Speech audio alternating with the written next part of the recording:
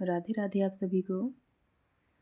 आज हम हिंदी व्याकरण में शब्द विचार को पढ़ेंगे। आज हम सभी शब्द विचार में उत्पत्ति या स्रोत के आधार पर शब्द के भेद पढ़ेंगे। इसके पहले हमने जो है कि पढ़ा था रचना और बनावट के आधार पर शब्दों के भेद। ठीक है, आज हम पढ़ेंगे उत्पत्ति के आधार पर कि उत्पत्ति के आधार पर शब्द के कितने भेद होते हैं।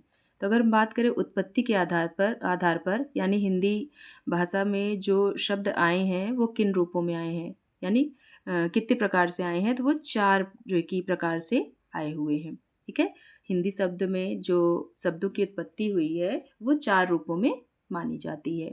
ठीक है, यानी उत्पत्ति या स्रोत के आधार पर शब्द के भेद की बात करें तो उत्पत्ति और स्रोत के आधार पर शब्द के कितने भेद होते हैं? शब्द के 4 भेद होते हैं। पहला है तत्सम, दूसरा है तद्भव, तीसरा है देशज, चौथा है विदेशी। ठीक है, 4 ये प्रकार हैं जो उत्पत्ति के आधार पर हिंदी में आए हुए हैं। तत्सम शब्द, तत्सम को अगर हम 2 भागों में बांटते हैं तो तत् प्लस सम। ठीक है, तत् का मतलब होता है उसके, सम का मतलब होता है समान। किसके समान? संस्कृत के समान। ठीक है, यानी तत्सम शब्द की परिभाषा की बात करेंगे तो इसकी परिभाषा होती है कि संस्कृत के वे शब्द जो अपने मूल रूप में हिंदी में प्रयुक्त होते हैं तत्सम शब्द कहलाते हैं। जैसे जिह्वा, भिक्षा, गृह, सर्प, जल, अग्नि, दुग्ध, अश्रु आदि। कहने का मतलब जो संस्कृत से आए हुए हैं, जो संस्कृत वाले भाषा वाले जो शब्द होते हैं उसी को हम तत्सम शब्द कहते हैं। जैसे हम अगर बात करें जिह्वा, तो जिह्वा का मतलब क्या होता है? जीभ होता है। ठीक है, भिक्षा का मतलब भीख होता है, गृह का मतलब घर होता है। ठीक है, यानी जो संस्कृत से सीधे आए हुए हैं वो हमारे क्या होते हैं? तत्सम। तद्भव, ऐसे शब्द जो मूल रूप में संस्कृत के हैं परंतु हिंदी में उनका रूप विकृत हो जाता है, यानी बदल जाता है। संस्कृत के ही शब्द होते हैं लेकिन जो उनका रूप होता है वो बदल जाता है। रूप बदलना अर्थात जैसे जिह्वा का मतलब क्या हो गया? जीभ हो गया। अब संस्कृत शब्द क्या था? जिह्वा था, लेकिन उसका रूप क्या बदल के हुआ? जीभ हुआ। संस्कृत शब्द क्या था? भिक्षा था, लेकिन उसका अर्थ बदल के क्या हुआ? भीख हो गया।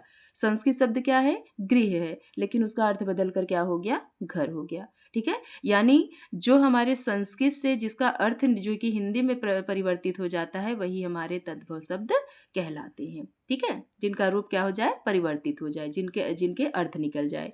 तद्भव शब्द का अर्थ ही उससे यानी संस्कृत से उत्पन्न हुआ, यानी संस्कृत से आया हुआ है लेकिन उसका अर्थ हिंदी में जो कि प्रतीत होता है, हिंदी होता है, वो हमारा तद्भव होता है। जैसे जीभ हो गया, भीख हो गया, घर हो गया, सांप हो गया, पानी हो गया, आग हो गया, दूध हो गया। आगे अगर हम लेते हैं तत्सम इसको बनाए तो आग का तत्सम हो जाएगा अग्नि। ठीक है, आदि इस तरह के जो शब्द होते हैं जो संस्कृत भाषा में के शब्द होते हैं वो तत्सम कहलाते हैं, लेकिन उन्हीं भाषाओं का अगर हिंदी में अर्थ निकल जाता है तो वही हमारा हो जाता है तद्भव। देशज भाषा, अब देशज भाषा की अगर हम बात करें तो देशज भाषा क्या होता है? जो भाषा स्थानीय या क्षेत्रीय प्रभाव से आवश्यकता अनुसार हिंदी भाषा में आए हैं देशज शब्द कहलाते हैं। ठीक है, देशज यानी देश, गांव की भाषा। ठीक है, स्थानीय क्षेत्रों में। ठीक है, हर जगह की अपनी अलग अलग क्या होती है? बोली होती है। ठीक, तो ये वही हमारे क्या होते हैं? देशज शब्द कहलाते हैं। जैसे बात करें लोटा, टांग, गोड़, डिबिया, पगड़ी, खिचड़ी, ठेठ, चंट आदि। ठीक है, लोटा गांव वाली जो कि देशज भाषा है, गांव में लोग अधिकतर लोटा का यूज़ करते हैं। टांग, टांग यानी पैर जो होता है, गोड़ यानी जो पैर होता है, डिबिया हम लोग डिब्बा कहते हैं। ठीक है, यहाँ पे डिबिया का यूज़ हो रहा है, इस्तेमाल होता है। ठीक है, ये हमारे क्या होते हैं? देशज शब्द होते हैं। विदेशी, अब विदेशी शब्द क्या होते हैं? हिंदी भाषा में प्रयोग किए जाने वाले विदेशी भाषाओं के शब्दों को विदेशी शब्द कहते हैं। ये शब्द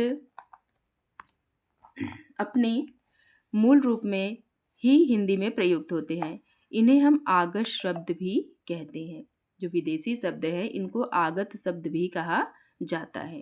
ठीक है, विदेशी यानी जो दूसरे देशों से आए हुए भाषा हैं। जैसे अगर हम बात करें बेटा अंग्रेजी की, अरबी की, फ़ारसी की। अब अंग्रेजी मेट्रो हो गया, ट्रेन हो गया, कार हो गया, साइकिल हो गया, शर्ट हो गया, ये सब क्या है? ये सब हमारे अंग्रेजी भाषा के शब्द हैं, ठीक है। हॉस्पिटल हो गया, ठीक है। अरबी भाषा अखबार, अदालत, इंसाफ, इशारा, इनाम, औरत, कसम, तारीख, ये सब क्या है? ये सब अरबी भाषा है, ठीक है। और फ़ारसी भाषा आदमी, आमदनी, आस्तीन, कद्दू, कमर, खरीद, खराब, ठीक है। इन दोनों को अगर हम पहचानने की बात करें, ठीक है, तो इनको थोड़ा-सा पहचानने में हालाँकि जो है कि मुश्किल हो सकता है, क्योंकि दिखने में, सुनने में ये लगभग ये एक जैसा लगता है। लेकिन हम एक बात कहें आपसे, जो अरबी भाषा के शब्द होते हैं, वो लगभग अगर हम बात करें कम से कम 80 से 90% शब्दों की, तो वो जो है कि लगभग जो भाषा होती है, जो है कि इसकी इसके शब्द होते हैं, भाषा नहीं, इसके जो शब्द होते हैं, वो लगभग जैसे कचहरी आदि में, सरकारी दस्तावेज़ों आदि में जो है कि इसका यूज़ किया जाता है, इस्तेमाल किया जाता है। अखबार की बात करें, अदालत की बात करें, इंसाफ की बात करें, इशारा की बात करें, इनाम की बात करें, औरत की बात करें, कसम की, तारीख की, तो ये सब देखेंगे जैसे सरकारी दस्तावेज़ों में इन सब भाषाओं का जो है कि इस्तेमाल किया जाता है। यानी हम पहचानेंगे कैसे? तो अधिकतर जो अरबी भाषाओं के जो शब्द होते हैं, वो अधिकतर जो है कि कानूनी तौर पे होते हैं, ठीक है? कचहरी से संबंधित होते हैं, है ना? और फ़ारसी वाले, भाई इसको तो याद करना ही पड़ता है, इसका तो कोई अभी तक हम पहचानने के लिए इसका तो कोई वो ट्रिक नहीं बना है, ठीक है? बाकी इसको भी हम आगे कोशिश करेंगे कि इसको हम आपको याद करा सकें, अरबी और फ़ारसी भाषा के शब्द, ठीक है? आज की वीडियो में हमने जो पढ़ा है उत्पत्ति और स्रोत के आधार पर, ठीक है?